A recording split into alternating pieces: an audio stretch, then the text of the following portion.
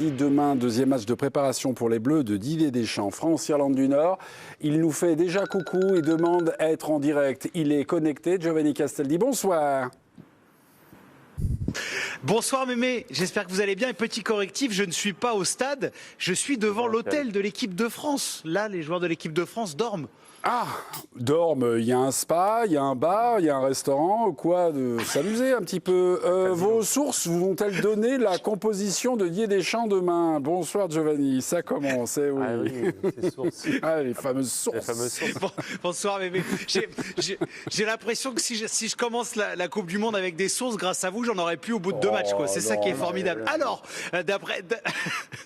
d'après les retours que j'ai pu avoir, mon cher Mémé, eh ben, on aura quasiment, je pense que ça sera d'ailleurs l'équipe type qui devrait disputer le début de cette Coupe du Monde, à savoir dans les cages Mike Maignan, sur le côté droit Jules Koundé, à gauche Théo Hernandez, en charnière centrale Dayot Upamecano et William Saliba qui a effectué sa deuxième séance de suite. Alors il a encore quelques douleurs au dos, mais la douleur est supportable. On est plutôt très rassurant dans l'entourage de l'équipe de France. Les deux milieux de terrain récupérateurs, Rabiot, Tchouaméni, à droite Olysée, en numéro 10 Ousmane Dembélé, en position axiale d'attaquant Kylian Mbappé, et à gauche Désiré Doué. Ok. En charnière, vous me le confirmez, parce qu'il y a juste une petite erreur, mais c'est juste pour dissiper la confusion. En charnière, c'est qui? Avec ou pas Mécano? William Saliba. William Saliba, oui, d'accord, ok, non, mais c'est très bien.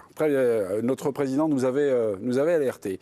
Après son gadin initial jeudi à Nantes, l'Irlande du Nord, donc 70e au classement FIFA, se dresse sur la route des Bleus de Deschamps en vue du mondial. La victoire est-elle impérative? À cette question toute simple, 4 chroniqueurs vont se poser, jingle, et c'est déjà une embrouille, déjà un super duel, on y va, mes petits. Ils ont dit oui pour la victoire impérative. C'est la droite du plateau qui se dresse sur ses petites pattes arrière. Samir et Hugo, qui commence en premier? Qui prend le départ? Attention, Hugo, Samir est très rapide. Il est plus rapide que moi. En contre, ils ont dit non. Ludovic Obraniak et Frédéric Verdier, veste verte ou polo noir. Qui commence? Le droit, il mettra le revers. Ok, très bien. J'ai l'impression que c'est un tandem extrêmement huilé. La victoire était l'impérative. Avantage Samir Kiyat, oui. Pourquoi? Oui, parce qu'après la défaite lors du dernier match, la France doit impérativement gagner ce match-là pour se rassurer, pour créer une dynamique positive, pour démarrer une grande compétition avec une dynamique positive. Oui aussi, et si possible avec la manière, parce que sinon, si demain l'équipe de France ne gagne pas, dès demain sur ce plateau, on sera les premiers à essayer de chercher le problème et la petite bête. Donc moi, pour toutes ces raisons-là, pour moi, l'équipe de France doit se rassurer et doit rassurer le peuple français. Non, Ludovic Obraniak, pourquoi? Impérative. Donc dans une préparation mondiale avec des joueurs qui ont joué une Ligue des Champions il y a à peine une semaine, qui vont revenir là, on va se dire que si on ne bat pas l'Irlande du Nord, allez, on va dire un match nul, ça compromettrait nos chances à la Coupe du Monde. Il faut quand même savoir de quoi on parle. Il y a des joueurs qui reviennent, qui ont une saison éreintante, d'autres qui ont encore joué, la moitié quasiment de l'équipe de France qui a joué la Ligue des Champions il n'y a même pas une semaine. Soyons sérieux 2 minutes, c'est pas le match du siècle, il va y avoir juste des détails à régler. S'il y a match nul, on n'en fera pas une syncope. Calmons-nous, Hugo Guimet, pourquoi c'est impératif pour vous? Non, mais justement, il faut être sérieux. Ces matchs amicaux de préparation, on dit que les victoires ne sont pas impératives jusqu'à qu'on perde ces matchs-là et qu'on se dise peut-être qu'il y a un doute. Et le match face à la Côte d'Ivoire, c'était une équipe autrement plus forte, plus référencée que l'Irlande du Nord. La France a perdu et les titres du lendemain, c'était les doutes. Et puis la presse, c'est son travail à chercher un petit peu ce qui n'allait pas. Une défaite face à l'Irlande du Nord ou même un match nul ou même une victoire étriquée sans la manière, c'est quand même la 70e nation FIFA. Ça ferait vraiment tâche de ne pas avoir gagné avant ce mondial pour un favori de la compétition. Il va vous laver votre tâche, c'est Frédéric Verdier, le détachant de l'équipe du soir. On y va. Justement, parce que tu es favori et que tout le monde te le dit, ça t'évite le boulard. C'est-à-dire que même dans le pire cas de figure où tu perds encore contre l'Irlande du Nord, ça évite les boulards en interne. Donc ça, c'est déjà très positif. Ça évite aussi, et ça donne un petit déclic. Je me souviens par exemple de France-Australie 2018 à la Coupe du Monde. On joue avec 4 attaquants, 4 offensifs. Ça ne fonctionne pas. On fait sortir Dembélé, on fait rentrer Matuidi. Là, c'est pareil. Il vaut mieux s'en apercevoir contre l'Irlande du Nord que contre le Sénégal ou la Norvège. La théorie de la piqûre de rappel est faite par notre, non pas détachant, mais notre infirmier de l'équipe du soir, Frédéric Verdier. Le président Bento est réquisitionné. Est-ce que vous êtes plutôt sensible aux arguments donnés par la droite du plateau ou c'est la gauche qui l'emporte? Non, plutôt par la droite du plateau, parce que demain, l'équipe qui va démarrer, contrairement à celle de la Côte d'Ivoire, ça va être l'équipe type. Et c'est le seul match où ils vont avoir la possibilité de trouver les repères avant la Coupe du Monde. Donc moi, au moins sur la première mi-temps, parce qu'on peut s'attendre à ce qu'il y ait pas mal de changements à la 50e ou à la 60e, sur les 50-60 premières minutes, j'ai envie de voir cette équipe de France dans cette organisation-là, avec ces joueurs-là, à ces postes-là, convaincante, rassurante. Ça ne voudra pas dire que si ça se passe bien, la Coupe du Monde est gagnée. Non. Je pense que la piqûre de rappel, elle a eu un petit peu lieu face à la Côte d'Ivoire et ils ont un coach qui est le premier à être sensible à ce genre de choses. Il a commencé ses conférences de presse au début du rassemblement là-dessus en disant « ça ne me plaît pas du tout le fait que tout le monde dise qu'on soit favori ». Et donc voilà, c'est pour ça que j'attends que l'équipe de France gagne avec la manière sur ce match-là demain soir. Point pour la droite du plateau. Giovanni Castaldi, au-delà de la piqûre du rappel, une expression qui a été employée notamment par pas mal de joueurs et aussi le sélectionneur, est-ce qu'il y a eu un débrief de la part du staff, des joueurs, une discussion sur la rencontre entre la France et la Côte d'Ivoire, où on est resté à la surface, faut rester dans l'humilité, et puis c'est une piqûre de rappel. Ouais, on reste comme ça, puis voilà. Puis en fait, finalement, c'est l'amnésie. Est-ce qu'il y a eu un truc là? Qu'est-ce qui s'est dit sur ce match et cette défaite? Déjà, ce que je peux vous dire, c'est que Mémé, dans les joueurs qu'on a croisés dans le couloir après le match face à la Côte d'Ivoire à Nantes, déjà les joueurs étaient extrêmement frustrés, en colère. Preuve que quand même, quand on est l'équipe de France, de perdre un match, on n'aime pas ça.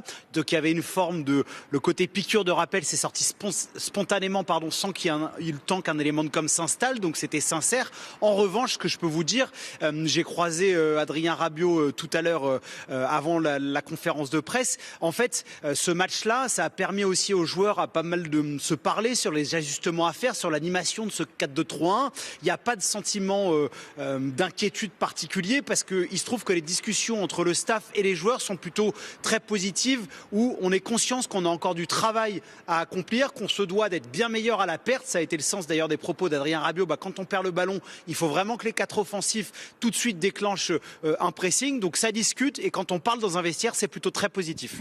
La préparation du mondial est courte désormais. J'ai regardé entre 2014 et 2026. Deschamps, première compétition 2014, 27 jours entre son premier jour de préparation et son entrée en lice, ou l'entrée en lice de son équipe. Il y aura 18 jours simplement en 2026. Les matchs, est-ce que c'est devenu, on va dire, des points de passage intégrés à la préparation physique? Voilà, ça devient des matchs, je ne sais pas comment les qualifier, d'entraînement, même pas amicaux, vous voyez, intégrés à la prépa physique. Pas vraiment d'entraînement, mais en tout cas, Julien l'a évoqué, c'est quand même des prises de repères qui sont importantes. Mais est-ce que c'est moins important que par le passé du fait de la compression du temps de préparation? Non, mais je pense justement que ça l'est plus. Parce que quand il y avait plus de matchs, quand il y avait plus de temps aussi... C'est plus de temps surtout. Oui, là surtout, en plus, même dans le ciblage des nations qui sont affrontées, alors peut-être pas trop pour l'Irlande du Nord, mais avant, je me rappelle, avant la Coupe du Monde 2014, on avait affronté l'Australie 6-0. Et là, il y a vraiment une idée de se préparer déjà pour le Sénégal en affrontant la Côte d'Ivoire, qui a des caractéristiques un peu similaires dans le jeu, etc. Et donc forcément, Deschamps, sur ces matchs-là, il attend des réponses. On a fait le débrief avec vous, Ludovico Bragnac. C'était parfait, comme d'habitude. Je vous vois que vous êtes un peu inquiet. J'étais un peu fatigué. Vous êtes en prépa aussi. Voilà. Hein, vous encaissez les charges. En prépa de vacances. La solidité défensive. Et demain, qu'est-ce que vous voulez voir, vous, à travers ça? Est-ce que c'est, on va dire, une animation défensive, ou est-ce que c'est le niveau individuel de certains joueurs défensifs? Qu'est-ce que vous allez scruter dans cette rencontre-là? Moi, j'ai revu à plusieurs reprises le match pour être sûr de ce que j'avais vu au premier regard. Au premier regard. En fait, il va falloir accepter le côté nouveau Deschamps, c'est-à-dire je joue dans cette stratégie. Alors après, on verra combien de temps ça durera, parce qu'on s'est dit que peut-être au premier couac, il se peut qu'il chasser le naturel, il revient forcément au galop. Mais accompagner cette traction avant. Mais dans cette configuration-là, évidemment que ça crée aussi des trous d'air. On a cette faiblesse qui est pour moi sur les côtés, parce qu'avec le retour de Saliba, on est extrêmement fort dans l'axe. On a 2 problèmes, c'est les 2 latéraux.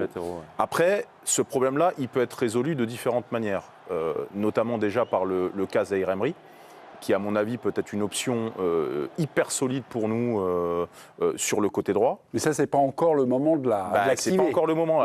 C'est pas dans l'esprit, apparemment, de Didier Deschamps. moi, sur ce genre de match-là, j'ai vécu aussi une compétition internationale qui était l'Euro. Là, tu sais qui va commencer. Enfin, il n'y a pas totalement, il n'y a pas vous êtes une pas tombé grosse de l'arbre, surprise ouais. sur le 11 de départ. Mmh. Donc là, l'important pour les joueurs, c'est surtout de ne pas se blesser.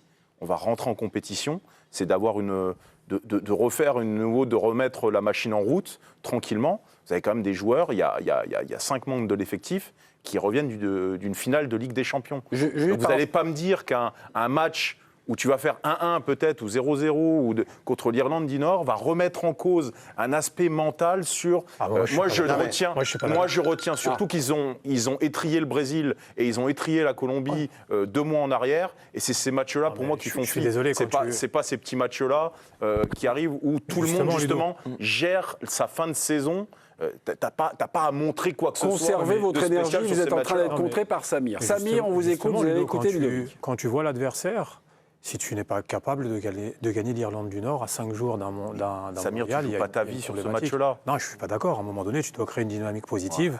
Et tu sais à quel point l'aspect psychologique, l'aspect confiance, dans le monde du football est très important. Parce que tu vas gagner 3-0 contre l'Irlande du Nord, Ludo, ça va changer quoi que ce soit. Tu vas être le premier à les déboîter dès demain s'ils font match nul partout. Je crois que Dembélé, Mbappé ont besoin de gagner l'Irlande du Nord pour se lancer. C'est pas de le gagner, mais c'est surtout pas le perdre. Et avoir confiance. Non, je suis pas d'accord.